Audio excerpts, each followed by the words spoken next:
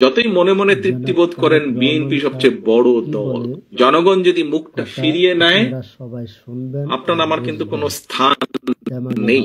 যত বড় যাই হই না কেন, আমরা নিজেরা নিজেরা যত বড় যাই মনে করি।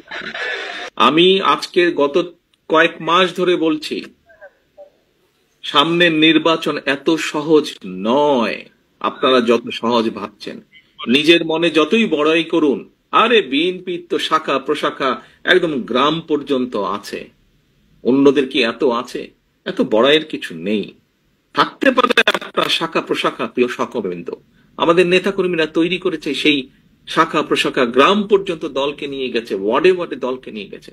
কিন্তু তারপরেও জনগণ ম্যাটার্স, জনগণ ম্যাটার্স। সেই জনগণই হচ্ছে আমাদের শক্তি, জনগণই হচ্ছে আমাদের সমর্থন, জনগণই হচ্ছে শক্তি। জনগণ সাথে না থাকলে জনগণ 5ই আগস্ট দেখিয়ে দিয়েছে।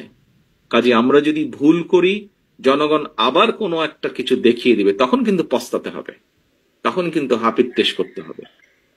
সহকর্মীবৃন্দ, এখনো সময় আছে। আসুন আসুন আসুন, আমরা জনগণের পাশে থাকি, জনগণের সাথে থাকি।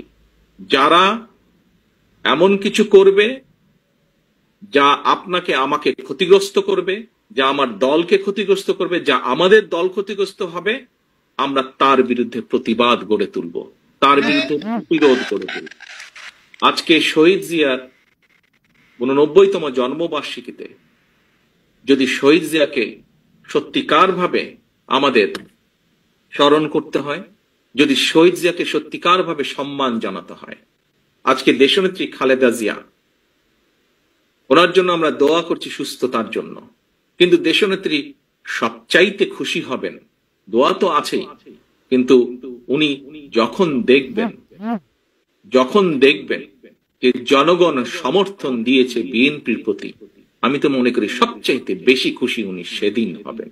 এবং দেশনেত্রী খালেদা জিয়ার সৈনিক হিসাবে আপনাদের উপরে সে দায়িত্ব বর্তায়। সহকর্মীবৃন্দ, আমরা কে ছোট নেতা, কে গ্রামের নেতা, কে ইউনিয়নের নেতা, কে বড় নেতা, কে বিভাগীয় নেতা, কে কেন্দ্রীয় নেতা, বিষয় এটি নয়। বিষয় একটি, আমাদের ঐক্যবদ্ধ থাকতে হবে, আমাদেরকে অন্যায়ের বিরুদ্ধে থাকতে হবে, আমাদেরকে অন্যায়ের বিরুদ্ধে প্রতিরোধ করতে হবে, আমাদেরকে এমন ভাবে দাঁড়াতে হবে যাতে জনগণ বোঝে আমরা তাদের সাথে আছি, জনগণ বোঝে আমরা তাদের পাশে আছি, জনগণ বোঝে যে জনগণ যেভাবে চায় আমরা সেভাবেই আছি, জনগণের প্রত্যাশা অনুযায়ী আমরা সেভাবেই তাদের পাশে আছি। দুদিন আগে আমি একজন ব্যক্তির টক শো দেখছিলাম।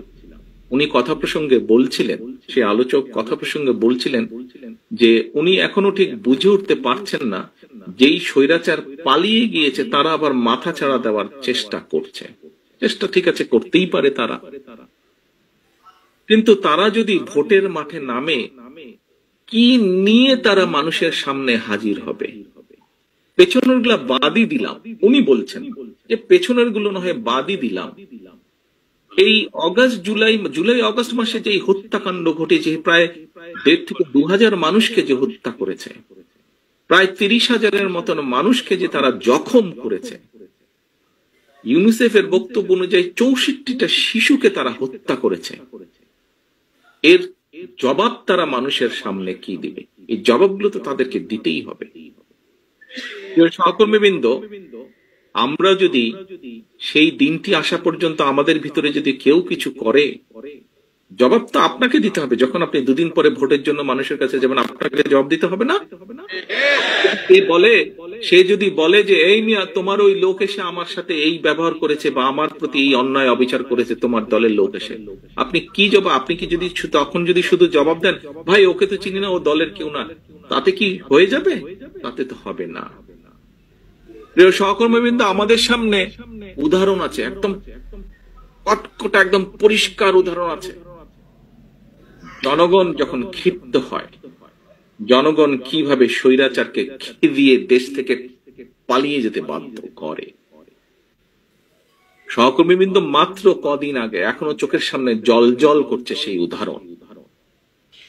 জনগণ যদি ক্ষিপ্ত হয়, যতই মনে মনে তৃপ্তি বোধ করেন বিএনপি সবচেয়ে বড় দল, আমি জানি হয়তো আমার এই কথাটার কিছু কিছু রিয়াকশন হলেও হতে পারে, বিভিন্ন জন বিভিন্ন ভাবে টুইস্ট করতে পারেন।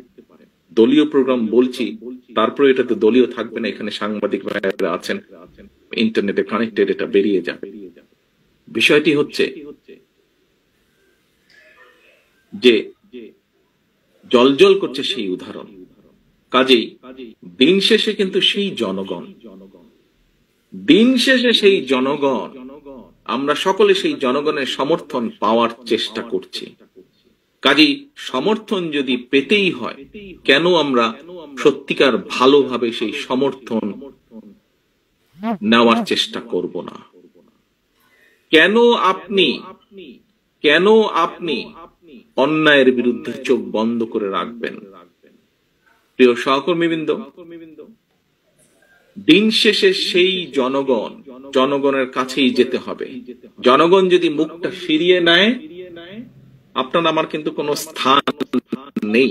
যত বড় যাই হই না কেন, আমরা নিজেরা যত বড় যাই মনে করি, জনগণ যদি মুখ ফিরিয়ে নেয়, এবং নাম বলবো না, কিছু কিছু রাজনৈতিক শক্তি, যেই হোক না, যত ছোট বড়ই হোক না কেন, তারা বিভিন্নভাবে আমাদের বিপক্ষে, ওই মোটরসাইকেল আলাদের কিছু কাজ কামের কারণে তার সাথে আমাদের নেতাকর্মীদেরকে যুক্ত করে কিছু কিছু কথা বলার চেষ্টা করছে।